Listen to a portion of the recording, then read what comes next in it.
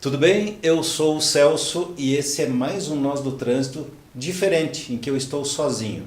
Quer dizer, sozinho não. Rodrigo, chega aqui. Tá aí, ó. Presença virtual do Rodrigo Santos, o Escama, nosso grande parceiro. Satisfação tê-lo aqui, ainda que virtualmente. Nós que nos reunimos de vez em quando, a cada 2, 3 meses, para gravar uma série desses programas chamado Nós do Trânsito.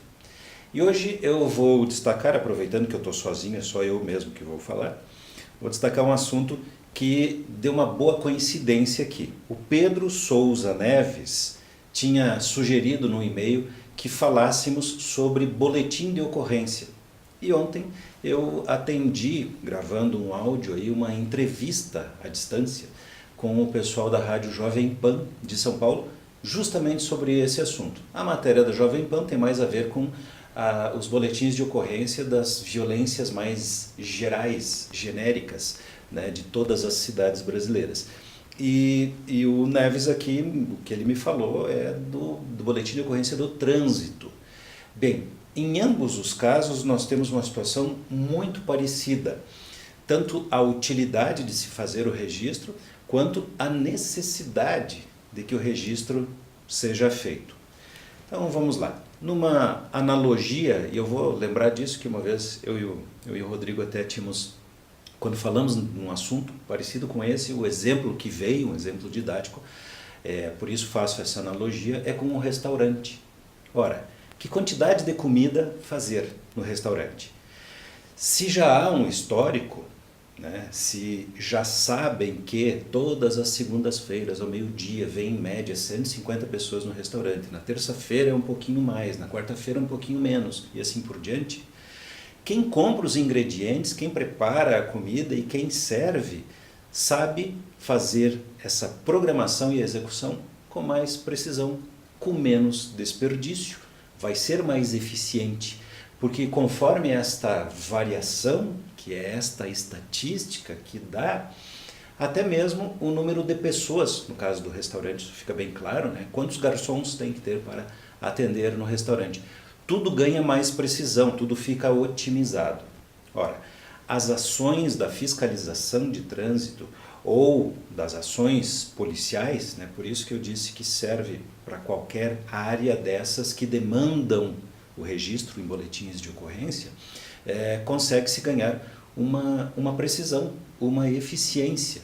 E uma coisa que nós brasileiros, o Rodrigo sempre me confirma isso quando está aqui, uma deficiência que nós brasileiros temos é um certo distanciamento, um certo descompromisso com esse tipo de ação.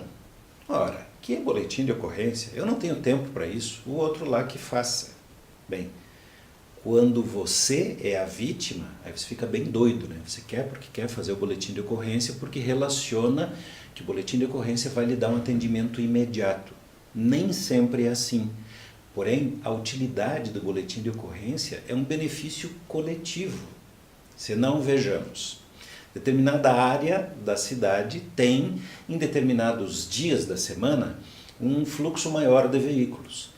Nestes dias, os tempos regulados do semáforo não dão conta de forma conveniente, agradável, não é a melhor forma possível do que acontece nos demais dias da semana. Então, aquele dia, pontualmente, poderia ter um ajuste do tempo de semáforo diferente.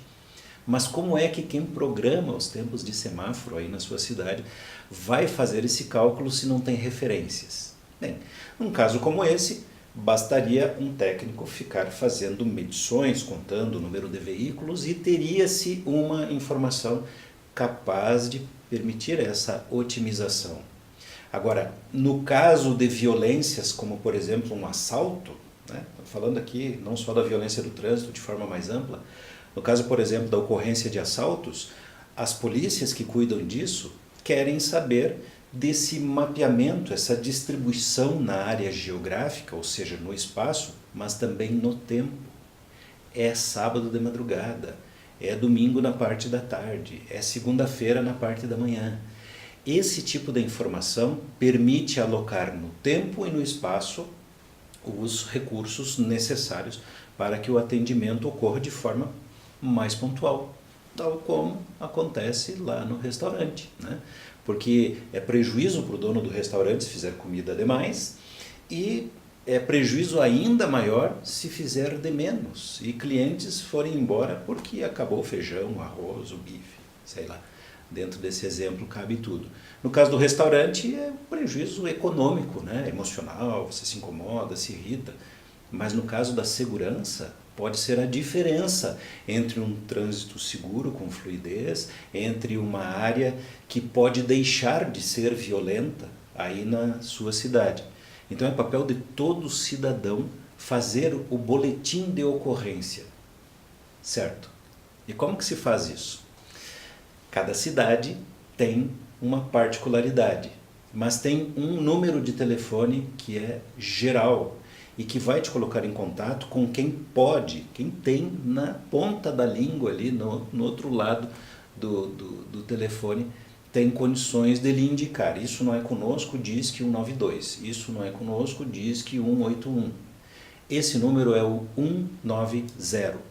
190 é um dos números de serviço público mais conhecidos, que está na cabeça de quase todos os brasileiros.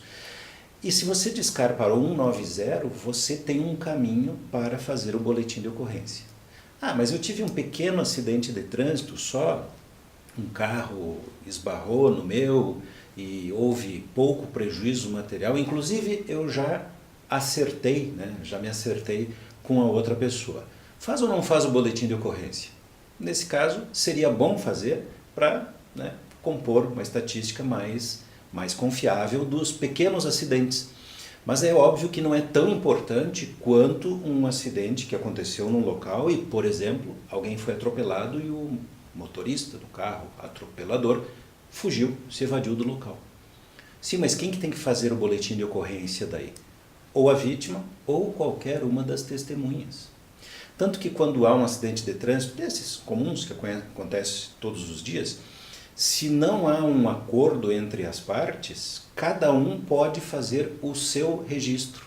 E aí a polícia rodoviária, o órgão de trânsito, a polícia civil, enfim, onde você for levar essa informação, é função deles tratar desses dados. O que não pode é não ter dado nenhum. Porque aí, por exemplo, a polícia civil, né, vai fazer um planejamento de com que intensidade nós vamos fiscalizar tal parte da cidade, eles vão distribuir com base nos números que eles têm, no conhecimento que têm.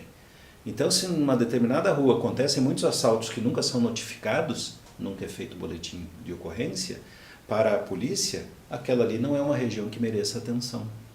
E é muito fácil da gente entender isso porque os recursos são escassos, né? E se ainda tudo isso que eu estou falando aqui não é suficiente para você se animar a procurar saber, né, a ter a atitude, pense no seguinte: existe um acordo tácito. Ele não está muito evidente, mas é um acordo que existe do qual você participa como cidadão. De que as forças policiais, sejam elas para cuidar do trânsito ou da segurança, elas são pagas, têm um custo.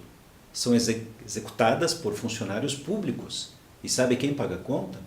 Você, eu, Rodrigo. Todos nós estamos pagando. Então, no mínimo, né, é de nosso interesse que seja bem funcional, que seja eficaz, que as coisas funcionem bem. Para isso acontecer, todo e qualquer planejamento, seja da polícia, seja do chefe do restaurante, tem que contar com informações, com esse tipo de informações. Onde, como, quando aconteceu um acidente, um assalto, um sinistro, né? Quem estava envolvido, quais foram as condições daquela ocorrência. Quanto mais informações, mais dados para que haja eficiência nesse planejamento. É simples assim. E não é difícil. E se você não quer anotar tudo isso, hoje em dia com um smartphone, né, Rodrigo?